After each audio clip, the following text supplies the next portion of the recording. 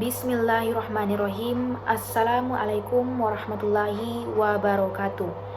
Pertama-tama, marilah kita panjatkan puji dan puja syukur atas kehadirat Allah Subhanahu wa Ta'ala, karena atas limpahan rahmat dan hidayahnya lah sehingga kita masih diberi nikmat iman dan nikmat kesehatan. Tak lupa pula kita kirimkan salawat dan salam kepada Nabi junjungan kita, Nabiullah Muhammad sallallahu alaihi wasallam. Nabi yang telah membawa kita dari alam yang gelap gulita menuju alam yang terang benderang. Perkenalkan, saya atas nama Nur Faiza dengan nomor urut 22 dengan NIM 220903501176 dari kelas manajemen H. Pada kesempatan kali ini saya akan menjelaskan mengenai 5 materi. Baik, pada materi pertama yaitu mengapa dan bagaimana PAI diajarkan di perguruan tinggi. Nah, sebelum itu saya akan menjelaskan apa sih makna dari Islam. Jadi, secara lughawi atau etimologis, kata Islam berasal dari 3 akar kata. Yang pertama, aslam, artinya berserah diri atau tunduk patuh. Yang kedua, salam, artinya damai atau kedamaian. Yang ketiga, salamah, artinya selamat atau keselamatan. Melihat akar katanya, kata Islam mengandung beberapa makna. Yang pertama, berserah diri atau tunduk patuh, yakni berserah diri atau tunduk patuh kepada Allah dengan cara mengikuti petunjuk, bimbingan dan teladan dari Rasulullah Sallallahu Alaihi Wasallam, sebagaimana firman Allah dalam Quran surah An-Nisa surah keempat ayat 59 yaitu A'udzu billahi minasyaitonir rajim. Bismillahirrahmanirrahim. Ya ayyuhallazina amanu ati'ullaha wa ati'ur rasula wa ulil amri minkum fa in tanaza'tum fi syai'in farudduhu ilallahi war rasuli in kuntum tu'minun billahi wal yawmil akhir zalika khairu wa ahsanu ta'wila, yang artinya, wahai orang-orang yang beriman, taatilah Allah dan taatilah Rasul atau Muhammad dan ulil amri atau pemegang kekuasaan di antara kamu. Kemudian, jika kamu berbeda pendapat tentang sesuatu, maka kembalikanlah kepada Allah atau Al-Quran dan Rasul atau Sunnahnya jika kamu beriman kepada Allah dan hari kemudian. Yang demikian itu lebih utama atau bagimu dan lebih baik akibatnya. Kemudian yang kedua, menciptakan rasa damai. Makna damai di sini adalah tentramnya hati karena banyak berzikir atau mengingat Allah.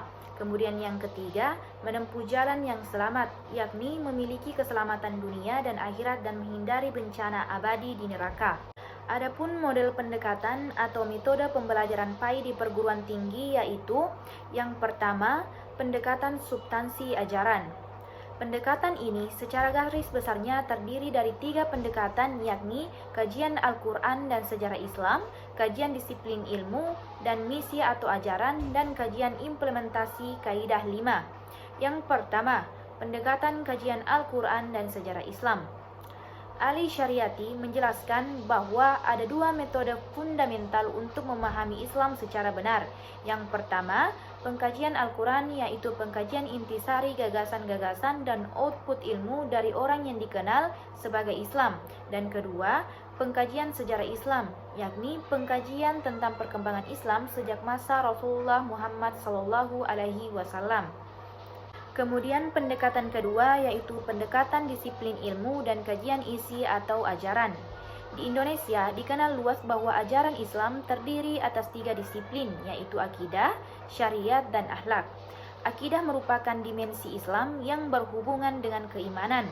Syariat merupakan dimensi Islam yang berhubungan dengan ketentuan hubungan manusia dengan Allah, saudara seagama, saudara sesama manusia, serta hubungan dengan alam besar dan kehidupan. Adapun akhlak membicarakan baik buruknya suatu perbuatan, baik secara parsial atau masing-masing perbuatan, maupun komparatif atau memilih satu dari 2 atau beberapa perbuatan yang baik. Kemudian pendekatan ketiga yaitu pendekatan tentang tujuan didatangkannya syariat Islam. Tujuan didatangkannya syariat Islam atau maqasid asy-syariah ada 5, yaitu yang pertama, menjaga agama, yang kedua, menjaga jiwa, yang ketiga, menjaga akal, yang keempat, menjaga keturunan, dan yang kelima, menjaga harta atau Mukhtar Yahya dan Fatur Rahman 1986.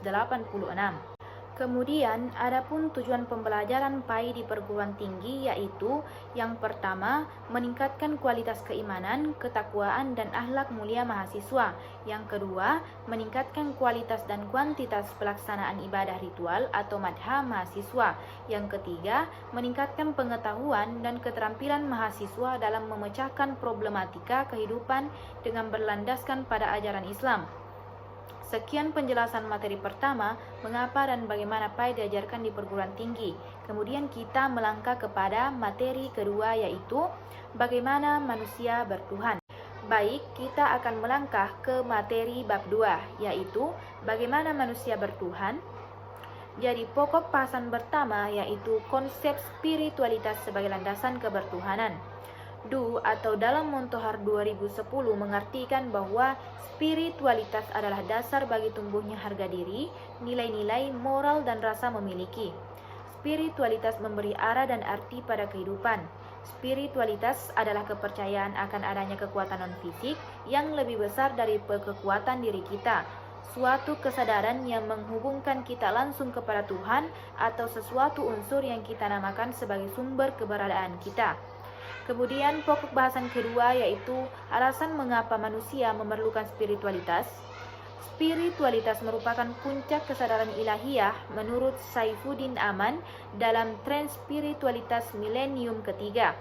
Spiritualitas membuat kita mampu memberdayakan seluruh potensi yang diberikan Tuhan untuk melihat segala hal secara holistik sehingga kita mampu untuk menemukan hakikat atau kesejatian dari setiap fenomena yang kita alami.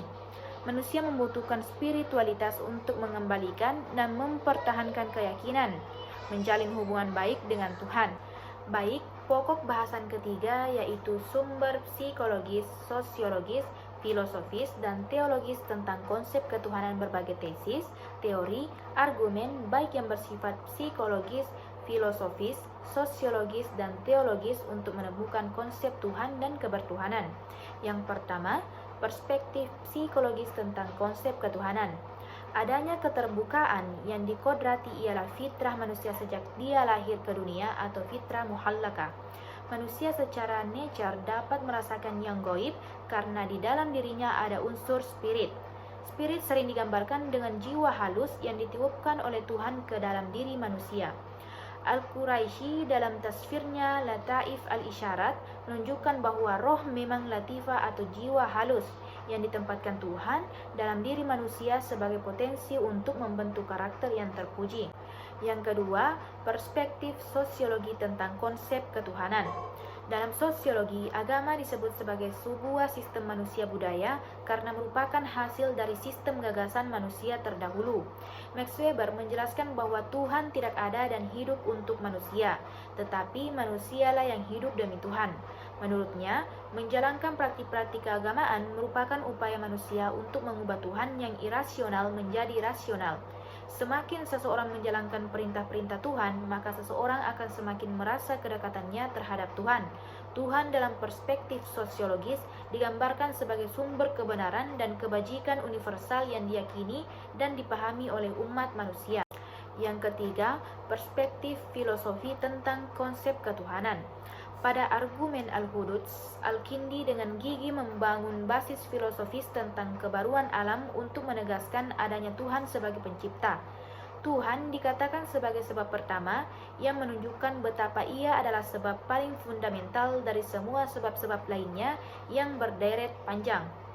Sebagai sebab pertama, argumen tentang Tuhan yang dikemukakan Al-Kindi dibangun di atas 4 empiris. Yang pertama, alam semesta bersifat terbatas dan diciptakan dalam waktu yang singkat. Karenanya, alam pasti harus ada yang menciptakan atau pencipta yang tidak terbatas dan tidak dilingkupi waktu. Yang kedua, pencipta harus bersifat esa, yang darinya memancar semua maujud yang tersusun dan beragam. Yang ketiga, sesuatu ada karena adanya sebab-sebab lain yang secara hierarkis mengerucut pada sebab-sebab sejati dan sebab terakhir sebagai satu-satunya yang mencipta. Yang keempat, wujud Tuhan dapat diamati dari keberadaan alam semesta sebagai makrokosmos yang tidak mungkin mengalami sebuah keteraturan hukum bila tidak ada pengatur, yang disebut Tuhan. Dari keempat empiris tadi dapat diketahui bahwa argumen ini lebih menitik beratkan pada temporalitas dan penciptaan alam semesta oleh Sang Pencipta yang Esa. Pokok bahasan keempat yaitu perspektif teologis tentang konsep ketuhanan. Dalam perspektif teologis, masalah ketuhanan, kebenaran, dan keberagaman harus dicarikan penjelasannya dari sesuatu yang dianggap sakral dan dikultuskan karena dimulai dari atas atau dari Tuhan sendiri melalui wahyunya. Artinya, kesadaran tentang Tuhan, baik buruk, cara beragama hanya bisa diterima kalau berasal dari Tuhan sendiri. Tuhan memperkenalkan dirinya, konsep baik buruk dan cara beragama kepada manusia melalui berbagai pernyataan, baik yang dikenal sebagai pernyataan umum, seperti penciptaan alam semesta, pemeliharaan alam, penciptaan semua makhluk, maupun pernyataan khusus seperti yang kita kenal melalui firman-Nya dalam kitab suci, penampakan diri kepada nabi-nabi, bahkan melalui inkarnasi menjadi manusia dalam dogma Kristen. Dapat disimpulkan bahwa pengetahuan tentang Tuhan, pendekatan agama dari perspektif teologis tidak akan terjadi. Itu dilakukan di bawah prakarsa manusia, tetapi itu terjadi berdasarkan pencerahan dari strata atas. Tanpa inisiatif Tuhan melalui wahyunya, manusia tidak mampu menjadi makhluk yang bertuhan dan beribadah kepadanya. Sebagaimana firman Allah dalam Quran Surah Al-Anfal ayat 2 yaitu Bismillahirrahmanirrahim. Innamal mu'minuna allazina iza dzukirallahu wajilat qulubuhum wa iza tuliyat 'alaihim ayatuhu zadatuhum imanan wa 'ala rabbihim yatawakkalun. Yang artinya, sesungguhnya orang-orang yang beriman adalah mereka yang apabila disebut nama Allah gemetar hatinya, dan apabila dibacakan ayat-ayatnya kepada mereka bertambah atau kuat imannya, dan hanya kepada Tuhan mereka bertawakal. Adapun pokok bahasan keempat yaitu cara manusia meyakini dan mengimani Tuhan. Ditinjau dari segi yang umum dan yang khusus, ada dua cara beriman kepada Allah Subhanahu wa Ta'ala. Yang pertama, bersifat ijmali. Cara beriman kepada Allah Subhanahu wa Ta'ala yang bersifat ijmali maksudnya adalah bahwa kita mempercayai Allah Subhanahu wa Ta'ala secara umum atau secara garis besar. Yang kedua, bersifat tafsili. Cara beriman kepada Allah Subhanahu wa Ta'ala yang bersifat tafsili maksudnya adalah mempercayai Allah secara rinci. Kita wajib percaya dengan sepenuh hati bahwa Allah Subhanahu wa Ta'ala memiliki sifat-sifat yang berbeda dengan sifat-sifat makhluknya, yaitu keyakinan dirinya kepada Tuhan. Yang kedua, ucapan yang mengikuti keyakinannya. Yang ketiga, melakukan berbagai kegiatan hidup. Baik, itulah tadi pemaparan mengenai materi pada bab 2. Kemudian kita akan melangkah kepada materi bab 3 yaitu bagaimana agama menjamin kebahagiaan. Adapun pokok bahasan pada materi bab 3 yaitu yang pertama, menelusuri konsep dan karakteristik agama sebagai jalan menuju Tuhan dan kebahagiaan. Yang kedua, menanyakan alasan mengapa manusia harus beragama dan bagaimana agama dapat membahagiakan umat manusia. Yang ketiga, menggali sumber historis, filosofis, psikologis, sosiologis, dan pedagogis tentang pemikiran agama sebagai jalan menuju kebahagiaan. Yang keempat, membangun argumen tentang Tauhidullah sebagai satu-satunya model beragama yang benar. Yang kelima, mendeskripsikan esensi dan urgensi komitmen terhadap nilai-nilai tauhid untuk mencapai kebahagiaan. Baik, saya akan menjelaskan pokok bahasan pertama yaitu menelusuri konsep dan karakteristik agama sebagai jalan menuju Tuhan dan kebahagiaan. Yang pertama, pengertian bahagia. Bahagia itu sendiri memiliki beberapa makna. Sebagaimana menurut Al-Alusi adalah perasaan senang dan gembira karena bisa mencapai keinginan atau cita-cita yang dituju dan diimpikan. Pendapat lain menyatakan bahwa bahagia atau kebahagiaan adalah tetap dalam kebaikan atau masuk ke dalam kesenangan dan kesuksesan. Kemudian menurut Ibnul Qayyim Al-Jauziyah berpendapat bahwa kebahagiaan itu adalah perasaan senang dan tentram karena hati sehat dan berfungsi dengan baik. Hati yang sehat dan berfungsi dengan baik bisa berhubungan dengan Tuhan pemilik kebahagiaan. Yang kedua, macam-macam bahagia. Yang pertama, kebahagiaan duniawi adalah kebahagiaan yang fana dan tidak abadi. Yang kedua, kebahagiaan ukhrawi adalah kebahagiaan abadi dan tidak rohati. Kemudian ada beberapa karakteristik hati yang sehat. Yang pertama, hati menerima makanan yang berfungsi sebagai nutrisi dan obat. Yang kedua, selalu berorientasi ke masa depan dan akhirat. Yang ketiga, selalu mendorong pemiliknya untuk kembali kepada Allah Subhanahu wa Ta'ala. Yang keempat, tidak pernah lupa dari mengingat Allah Subhanahu wa Ta'ala, berzikir kepada Allah Subhanahu wa Ta'ala, tidak berhenti berkhidmat kepada Allah Subhanahu wa Ta'ala, dan tidak merasa senang dengan selain Allah Subhanahu wa Ta'ala. Yang kelima, jika sesat saja lupa kepada Allah, segera ia sadar dan kembali mendekat dan berzikir kepadanya. Yang keenam, jika sudah masuk dalam salat, maka hilanglah semua kebingungan dan kesibukan duniawinya. Yang ketujuh, perhatian terhadap waktu agar tidak hilang sia-sia, melebihi perhatian kepada manusia lain dan hartanya. Yang kedelapan, hati yang sehat selalu berorientasi kepada kualitas amal, bukan kepada amal semata. Kemudian ada beberapa faktor yang menyebabkan hati manusia menjadi sakit dapat kita telusuri dalam kitab Tib Al-Qulub. Yang pertama, banyak bergaul dengan orang-orang yang tidak baik. Yang kedua, at-tamanni atau berangan-angan. Yang ketiga, menggantungkan diri kepada selain Allah Subhanahu wa Ta'ala. Yang keempat, asyab'u atau terlalu kenyang. Yang kelima, terlalu banyak tidur. Yang keenam, berlebihan melihat hal-hal yang tidak berguna. Yang ketujuh, berlebihan dalam berbicara. Kemudian pokok bahasan kedua yaitu menanyakan alasan mengapa manusia harus beragama dan bagaimana agama dapat membahagiakan umat manusia. Kunci beragama berada pada fitrah manusia. Fitrah itu sesuatu yang melekat dalam diri manusia dan telah menjadi karakter atau tabiat manusia. Kata fitrah secara kebahasaan memang asal maknanya adalah suci.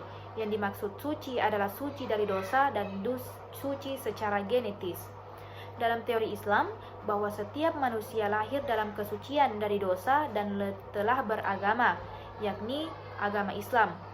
Tugas manusia adalah berupaya agar kesucian dan keimanan terus terjaga dalam hatinya hingga kembali kepada Allah Subhanahu wa Ta'ala. Sebagaimana firman Allah dalam Quran surah Ar-Rum, surah ke-30 ayat 30, yaitu A'udzu billahi minasy syaithanir rajim. Bismillahirrahmanirrahim. Fa'aqim wajhaka lid-dini hanifah fitratallahi allati fataran nasi 'alaiha la tabdila li khalqillahi zalikad dinul qayyim walakinna aksaran nasi la ya'lamun. Yang artinya, maka hadapkanlah wajahmu dengan lurus kepada agama Islam sesuai fitrah Allah disebabkan Dia telah menciptakan manusia menurut fitrah itu. Tidak ada perubahan pada ciptaan Allah. Itulah agama yang lurus, tetapi kebanyakan manusia tidak mengetahuinya. Kemudian kita masuk kepada pokok pembahasan ketiga, yaitu menggali sumber historis, filosofis, psikologis, sosiologis, dan pedagogis tentang pemikiran agama sebagai jalan menuju kebahagiaan. Yang pertama, sumber historis. Beragama itu merupakan kebutuhan dasar manusia yang paling hakiki. Banyak buku membicarakan atau mengulas kisah manusia mencari Tuhan. Salah satunya buku yang ditulis oleh Ibnu Tufail. Buku ini menguraikan bahwa kebenaran bisa ditemukan yang manakala ada keserasian antara akal manusia dan wahyu. Dengan akalnya, manusia mencari Tuhan dan bisa sampai kepada Tuhan. Namun, penemuannya itu perlu konfirmasi dari Tuhan melalui wahyu, agar ia dapat menemukan yang hakiki dan akhirnya ia bisa berterima kasih kepada Tuhan atas segala nikmat yang diperolehnya, terutama nikmat bisa menemukan Tuhan dengan akalnya itu. Kemudian, sumber psikologis. Sebagai makhluk rohani, manusia membutuhkan ketenangan jiwa, ketentraman hati, dan kebahagiaan rohani. Kebahagiaan rohani hanya akan didapat jika manusia dekat dengan pemilik kebahagiaan yang hakiki. Menurut teori mistisme Islam, bahwa Tuhan Maha Suci, Maha Indah, dan Maha Segalanya. Tuhan yang Maha Suci itu tidak dapat didekati kecuali oleh jiwa yang suci. Oleh karena itu, agar jiwa bisa dekat dengan Tuhan, maka sucikanlah hati dari segala kotoran dan sifat-sifat yang jelek. Yang ketiga, sumber sosiologis kebutuhan manusia terhadap agama. Menurut Al-Quran, manusia adalah makhluk sosial. Makhluk sosial artinya manusia tidak bisa hidup sendirian dan tidak bisa mencapai tujuan hidupnya tanpa keterlibatan orang lain. Manusia harus membutuhkan bantuan orang lain, sebagaimana orang lain pun membutuhkan bantuan sesamanya. Saling bantu menjadi ciri perilaku makhluk sosial. Manusia bisa hidup jika berada di tengah masyarakat. Manusia tidak mungkin hidup jika terlepas dari kehidupan masyarakatnya. Yang keempat, sumber filosofi. Pada kenyataannya, manusia tidak bisa hidup tanpa agama karena secara filosofi, asal-usul manusia akan dipertanyakan dari mana asalnya. Ketika kita telah memiliki agama, maka tentunya pertanyaan seperti ini akan terjawab sehingga manusia tidak akan sesat karenanya. Agama akan menjamin keselamatan manusia karena filosofinya, agama ada untuk mengatur kehidupan manusia agar damai dan sejahtera yang diikat oleh norma-norma agama dan aturan perintah sekaligus larangan yang ada dalam agama tersebut. Pokok bahasan keempat yaitu membangun argumen tentang Tauhidullah sebagai satu-satunya model beragama yang benar. Tauhidullah membebaskan manusia dari takhayul, khurafat mitos, bidah. Tauhidullah menempatkan manusia pada tempat yang bermartabat, tidak menghambangkan diri kepada makhluk yang lebih rendah derajatnya daripada manusia. Manusia adalah makhluk yang paling mulia dan paling sempurna dibandingkan makhluk-makhluk Allah yang lain. Itulah sebabnya Allah memberikan amanah dari khilafah kepada manusia. Manusia adalah roh alam. Allah menciptakan alam karena Allah menciptakan manusia sempurna atau insan kamil. Jika tauhidullahnya benar, maka segala sesuatunya menjadi baik dan benar. Tetapi jika tauhidullahnya tidak benar, maka aktivitas yang dilakukan menjadi tidak berharga, sia-sia dan mubazir. Tauhidullah adalah barometer kebenaran agama-agama sebelum Islam. Setiap orang harus bersikap hati-hati bahwa tauhidullah yang merupakan satu-satunya jalan menuju kebahagiaan itu, menurut Said Hawa, dapat rusak dengan hal-hal sebagai berikut. Yang pertama, sifat al-kibir atau sombong. Yang kedua, sifat az-zulm atau kezaliman dan sifat al-kibr atau kebohongan. Yang ketiga, sifat al-ifsyad atau melakukan perusakan. Yang keempat, sikap al-ghaflah atau lupa. Yang kelima, al-ijram atau berbuat dosa. Yang keenam, sikap ragu menerima kebenaran. Kemudian kita melangkah pada pokok bahasan terakhir, yaitu mendeskripsikan esensi dan urgensi komitmen terhadap nilai-nilai tauhid untuk mencapai kebahagiaan. Jiwa tauhid adalah modal dasar hidup yang dapat mengantar manusia menuju keselamatan dan kesejahteraan. Nilai-nilai hidup yang dibangun di atas jiwa tauhid merupakan nilai positif, nilai kebenaran, dan nilai ilahi yang abadi, yang mengandung kebenaran mutlak dan universal. Yang ketiga, al-amanah, al-adalah, dan al-huriyah. Sekian pemaparan materi mengenai bab 3. Kita akan melangkah kepada materi bab 4. Baik, materi pada bab 4 yaitu mengintegrasikan iman, Islam, dan ihsan dalam membentuk insan kamil. Pokok bahasan pertama pada bab ini yaitu bagaimana konsep urgensi Islam, iman, dan ihsan dalam membentuk insan kamil. Menurut Ibnu Arabi, ada dua tingkatan manusia dalam mengimani Tuhan. Yang pertama, tingkat insan kamil. Mereka mengimani Tuhan dengan cara menyaksikan, artinya mereka menyaksikan Tuhan, mereka menyembah Tuhan yang disaksikannya. Yang kedua, manusia beragama pada umumnya. Mereka mengimani Tuhan dengan cara mendefinisikan, artinya mereka tidak menyaksikan Tuhan, tetapi mereka mendefinisikan Tuhan berdasarkan sifat-sifat dan nama-nama Tuhan. Abdul Karim Al-Jilli membagi insan kamil atas 3 tingkatan. Yang pertama, tingkat permulaan atau al-bidayah. Pada tingkat ini, insan kamil mulai dapat merealisasikan asma dan sifat-sifat ilahi pada dirinya. Yang kedua, tingkat menengah atau at-tawasud. Pada tingkat ini, insan kamil sebagai orbit kehalusan sifat kemanusiaan yang terkait dengan realitas kasih Tuhan atau al-haqaiq ar-rahmaniyah. Pengetahuan yang dimiliki oleh insan kamil pada tingkat ini telah meningkat dari pengetahuan biasa, karena sebagian dari hal-hal yang gaib telah dibukakan Tuhan kepadanya. Yang ketiga, tingkat terakhir atau al-khitam. Pada tingkat ini, insan kamil telah dapat merealisasikan citra Tuhan secara utuh. Ia pun telah dapat mengetahui rincian dari rahasia penciptaan takdir. Pokok bahasan kedua yaitu mengapa iman, Islam, dan ihsan menjadi persyaratan dalam membentuk insan kamil.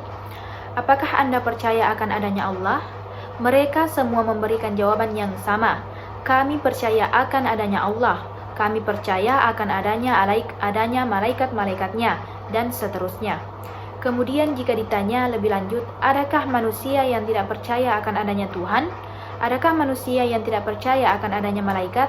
Dan seharusnya pertanyaan-pertanyaan yang berkaitan dengan rukun iman, hampir semua mahasiswa menjawab, tidak ada seorang pun manusia yang tidak percaya akan adanya Tuhan. Tidak ada seorang pun yang tidak percaya akan adanya malaikat, dan seterusnya. Semua manusia percaya akan adanya Tuhan, semua manusia percaya akan adanya malaikat, dan seterusnya. Hanya saja mungkin di antara beberapa agama ada yang berbeda menamai Tuhan malaikat. Orang Indonesia menyebutnya Tuhan, orang Arab menyebutnya Rab, orang Inggris menyebutnya God, orang Jawa dan orang Sunda menyebutnya Pangeran atau Gusti Allah, orang Hindu Bali menyebutnya Sang Hyang Widiwasa atau Yang Maha Esa, dan orang Yunani kuno menyebutnya Hermes. Untuk menyebut malaikat pun berbeda-beda. Orang Islam, Kristen, dan Yahudi menyebutnya malaikat atau angel. Akan tetapi orang Hindu, Buddha, dan Konghucu menyebutnya dewa-dewi. Jika makna iman itu sekedar percaya, berarti semua manusia di dunia ini beriman, karena semua manusia percaya akan adanya Tuhan, semua manusia percaya akan adanya malaikat, dan seterusnya, jika tidak ada seorang manusia pun yang kafir. Pokok bahasan ketiga yaitu apa sumber teologis, historis, dan filosofis tentang iman, Islam, dan ihsan sebagai pilar agama Islam dalam membentuk insan kamil. Menggali sumber teologis, historis, dan filosofis tentang iman, Islam, dan ihsan sebagai pilar agama Islam. Berdasarkan hadis yang diriwayatkan Umar bin Khattab radhiyallahu anhu di atas, kaum muslimin menetapkan adanya 3 unsur penting dalam agama Islam, yakni iman, Islam, dan ihsan sebagai satu kesatuan yang utuh. Kaum muslimin Indonesia lebih familiar dengan istilah akidah, syariat, dan akhlak sebagai 3 unsur atau komponen pokok ajaran Islam. Akidah merupakan cabang ilmu agama untuk memahami pilar iman, syariat merupakan cabang ilmu agama untuk memahami pilar Islam, dan akhlak merupakan cabang ilmu agama untuk memahami pilar ihsan. Sebagaimana firman Allah dalam Quran Surah Sabah, surah ke-34 ayat 51 sampai dengan 54, yaitu A'udzu billahi minasy syaithanir rajim. Bismillahirrahmanirrahim. Walau tara iz fazi'u fala fauta wa ukhidhu min makanin qarib wa qalu amanna bihi wa anna lahumut tanawushu min makanin ba'id wa qad kafaru bihi min qablu wa yaqsifuna bil ghaibi min makanin بعيد وحيل بينهم وبين ما يشتهون كما فعل بأشيائهم من قبل إنهم كانوا في شك مريب. Yang artinya, dan alangkah mengerikan sekiranya engkau melihat mereka, orang-orang kafir, ketika terperanjat ketakutan atau pada hari kiamat, lalu mereka tidak dapat melepaskan diri dan mereka ditangkap dari tempat yang dekat untuk dibawa ke neraka. Dan ketika mereka berkata, kami beriman kepadanya, namun bagaimana mereka dapat mencapai keimanan dari tempat yang jauh? Dan sungguh mereka telah mengingkari Allah sebelum itu, dan mereka mendustakan tentang yang gaib dari yang tempat yang jauh. Dan diberi penghalang antara mereka dengan apa yang mereka inginkan, sebagaimana yang dilakukan terhadap orang-orang yang sekelompok dengan mereka yang terdahulu. Sesungguhnya mereka dahulu atau di dunia dalam keraguan yang mendalam. Kemudian yang kedua yaitu menggali sumber teologis, historis, dan filosofis konsep insan kamil.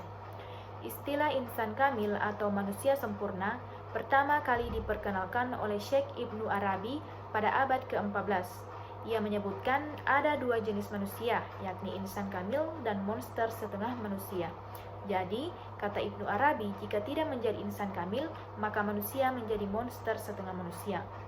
Insan kamil adalah manusia yang telah menanggalkan kemonsterannya. Konsekuensinya, di luar kedua jenis manusia ini, ada manusia yang sedang berproses menanggalkan kemonsterannya dalam membentuk insan kamil. Selain Ibnu Arabi, sekurangnya ada dua syekh yang menyusun konsep insan kamil, yakni Syekh Al-Jilli dan Syekh Fadlullah. Kemudian kita melangkah pada pokok bahasan keempat, yaitu bagaimana karakteristik insan kamil dan metode pencapaiannya. Yang pertama, karakteristik insan kamil. Insan kamil bukanlah manusia pada umumnya. Menurut Ibnu Arabi, menyebutkan ada dua jenis manusia, yaitu insan kamil dan monster bertubuh manusia. Maksudnya, jika tidak menjadi insan kamil, maka manusia akan menjadi monster bertubuh manusia. Untuk itu, kita perlu mengenali tempat unsur untuk mencapai derajat insan kamil. Di antaranya, jasad, hati nurani, roh, sir, atau rasa. Untuk mencapai derajat insan kamil, kita harus dapat menundukkan nafsu dan syahwat hingga mencapai tangga nafsu mutmainnah. Hal ini dapat kita lihat pada Quran Surah Al-Fajr surat ke-89 ayat 27 hingga 30, yang artinya, hai jiwa yang tenang, kembalilah kepada Tuhanmu dengan hati yang puas lagi diridhoinya. Maka masuklah ke dalam jamaah hamba-hambaku, masuklah keadaan surgaku. Ayat di atas dengan jelas menegaskan bahwa nafsu mutmainnah pun masih diperintah lagi oleh Allah untuk menaiki tangga nafsu di atasnya. Menurut Imam Ghazali, ada 7 macam nafsu sebagai proses taraki atau menaik, yaitu yang pertama, nafsu amarah, yang kedua, nafsu lawamah, yang ketiga, nafsu mulhimah, yang keempat, nafsu mutmainnah, yang kelima, nafsu radiyah, yang keenam, nafsu mardiyah, dan yang ketujuh, nafsu kamilah. Kemudian yang kedua, metode mencapai insan kamil. Dalam perspektif tasawuf, jalan untuk membentuk insan kamil haruslah mengikuti jalan yang ditempuh oleh kaum sufi atau yang lurus, bukan kaum sufi yang menyimpang. Syarat pertama haruslah beriman atau secara benar dan berniat memproses diri menuju martabat insan kamil. Misal, mengerjakan ibadah salat secara syariat dan hakikat. Kewajiban syariatnya adalah melakukan gerakan disertai bacaan salat secara serasi, mulai dari takbiratul ihram hingga salam. Adapun kewajiban hakikatnya, ketika menjalankan syariat itu, keadaan hati hanya mengingat Allah Subhanahu wa Ta'ala. Cara konkretnya, yang pertama, memulai salat jika Tuhan yang akan disembah itu sudah dapat dihadirkan dalam hati, sehingga ia menyembah Tuhan yang benar-benar Tuhan. Yang kedua, berniat salat karena Allah. Yang ketiga, selalu menjalankan salat dan keadaan hatinya hanya mengingat Allah Subhanahu wa Ta'ala. Yang keempat, salat yang telah didirikannya itu dapat mencegah perbuatan keji dan mungkar. Sekian materi mengenai bab 4, kita akan melangkah pada materi bab 5.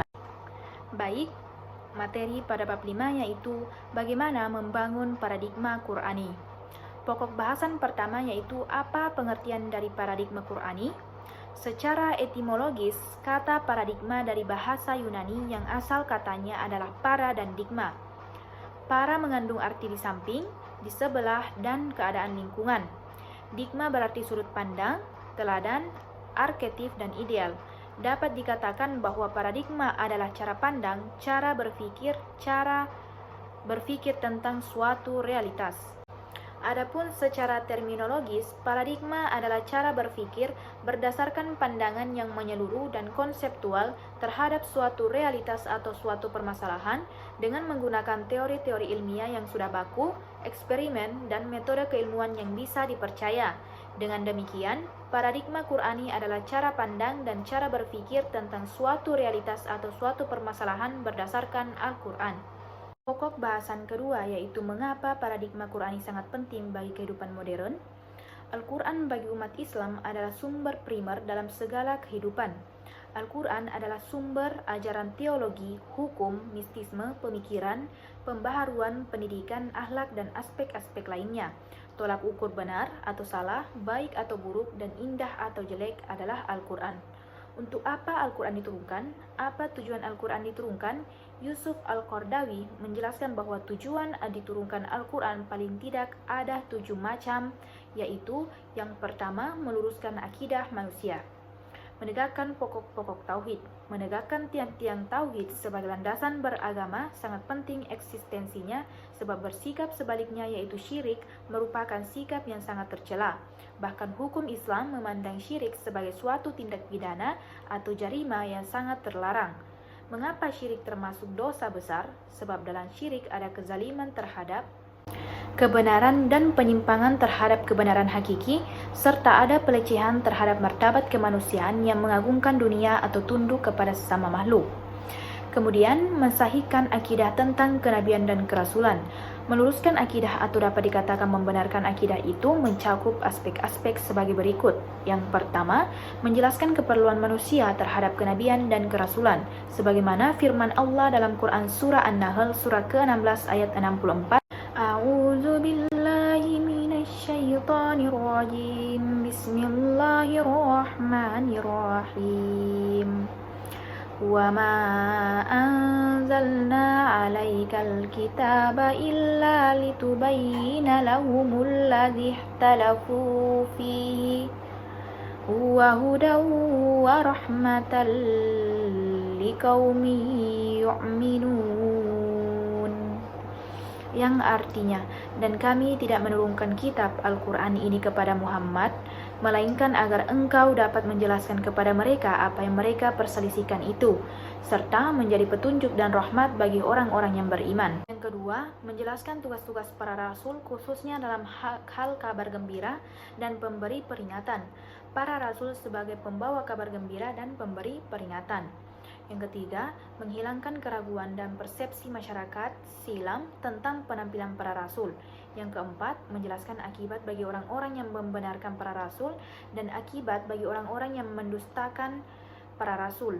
Di dalam Al-Quran ada kisah yang panjang yang merupakan bagian dari kisah-kisah para rasul bersama umat mereka yang ujungnya kecelakaan bagi orang-orang yang mendustakan para rasul dan keselamatan bagi orang-orang yang beriman kepada rasul. Pokok bahasan ketiga yaitu meneguhkan keimanan terhadap akhirat dan keyakinan akan adanya balasan. Al-Quran telah menetapkan beberapa gaya dalam upaya meneguhkan akidah ini dan mensahihkan akidah ini, yaitu yang pertama, menegakkan argumen-argumen akan terjadinya pembangkitan dengan menjelaskan kekuasaan Allah mengembalikan makhluk sebagaimana semula. Yang kedua, mengingatkan manusia akan penciptaan benda-benda yang amat besar sangatlah mudah bagi Allah. Apabila menghidupkan kembali manusia yang sudah mati, tentunya sesuatu yang amat mudah bagi Allah. Yang ketiga, menjelaskan hikmah adanya pembalasan di akhirat sehingga jelas ketidaksamaan orang yang berbuat baik dan yang berbuat buruk termasuk balasan bagi orang baik dan orang jahat. Yang keempat, menjelaskan balasan yang ditunggu oleh orang-orang mukmin yang baik, yaitu pahala dan keridhaan, dan balasan yang disediakan bagi orang-orang kafir, yaitu siksa dan kerugian. Kemudian yang kelima, menggugurkan mitologi yang dimunculkan musyrikin bahwa Tuhan-Tuhan mereka dapat memberi syafaat pada hari kiamat kelak. Begitu juga dugaan ahli kitab bahwa orang-orang suci mereka dapat memberi syafaat.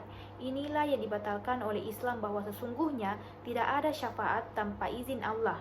Tidak ada syafaat kecuali bagi orang beriman, dan manusia tidak akan mendapatkan kecuali amalnya sendiri, dan tidak akan pernah menanggung dosa orang lain. Pokok bahasan yang keempat yaitu sumber historis, filosofis, psikologis, sosiologi, dan pedagogis tentang paradigma Qur'ani untuk kehidupan modern. Dalam sejarah peradaban Islam, ada suatu masa yang disebut masa keemasan Islam. Disebut masa keemasan Islam karena umat Islam berada dalam puncak kemajuan dalam berbagai dan menjunjung tinggi kesamaan atau egaliter, keadilan, rahmat dan berkah bagi semua aspek kehidupannya. Ideologi, politik, sosial budaya, ekonomi, ilmu pengetahuan dan teknologi, pertahanan dan keamanan.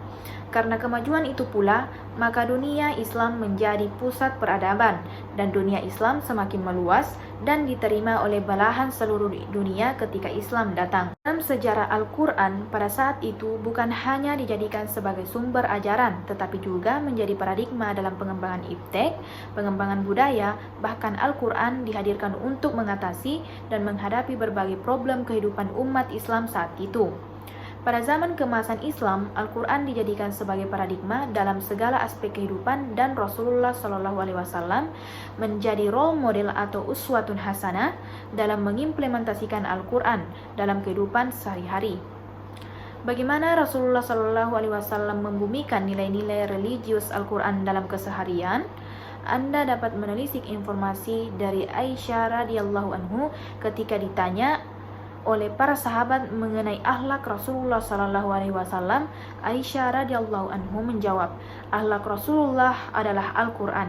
Ini berarti perilaku Rasulullah adalah aktualisasi Al-Quran, sehingga karena komitmen Rasulullah terhadap Al-Quran, sampai Al-Quran sendiri meneguhkan tentang kondisi ini.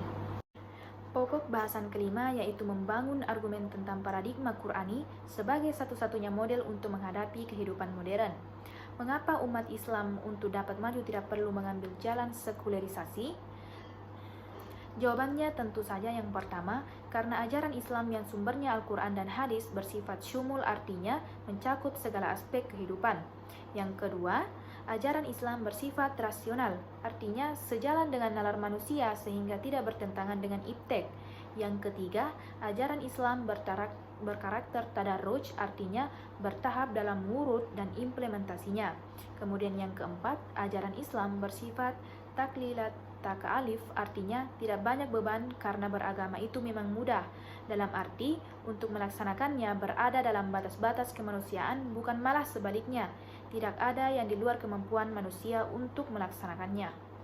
Pokok bahasan terakhir yaitu mendeskripsikan esensi dan urgensi paradigma Qur'ani dalam menghadapi kehidupan modern. Dalam konsep Islam, kemajuan dan kemodernan yang integral adalah sesuatu yang harus diraih dan merupakan perjuangan yang tak boleh berhenti. Berhenti dalam proses pencapaiannya berarti berhenti dalam perjuangan. Suatu sikap yang dilarang dalam Islam. Namun, karena umat Islam memiliki sumber norma dan etik yang sempurna, yaitu kitab suci Al-Quran, maka Al-Quran harus dijadikan paradigma dalam melihat dan mengembangkan segala persoalan. Paradigma Qur'ani dalam pengembangan iptek, misalnya, jelas akan memungkinkan munculnya ilmu-ilmu alternatif yang khas yang tentu saja tidak sekularistik. Paradigma Qur'ani dalam pengembangan budaya juga akan melahirkan budaya masyarakat yang islami yang tidak sekuler dalam proses, hasil, dan aktualisasinya.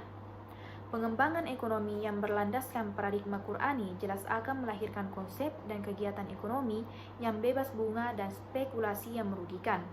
Prinsip ekonomi Islam adalah tidak boleh rugi dan tidak boleh merugikan orang lain. Baik, itulah tadi pemaparan mengenai materi pertama sampai dengan materi kelima. Mohon maaf apabila ada salah kata. Saya akhiri dengan ucapan wabillahi taufiq wal hidayat. Assalamualaikum warahmatullahi wabarakatuh.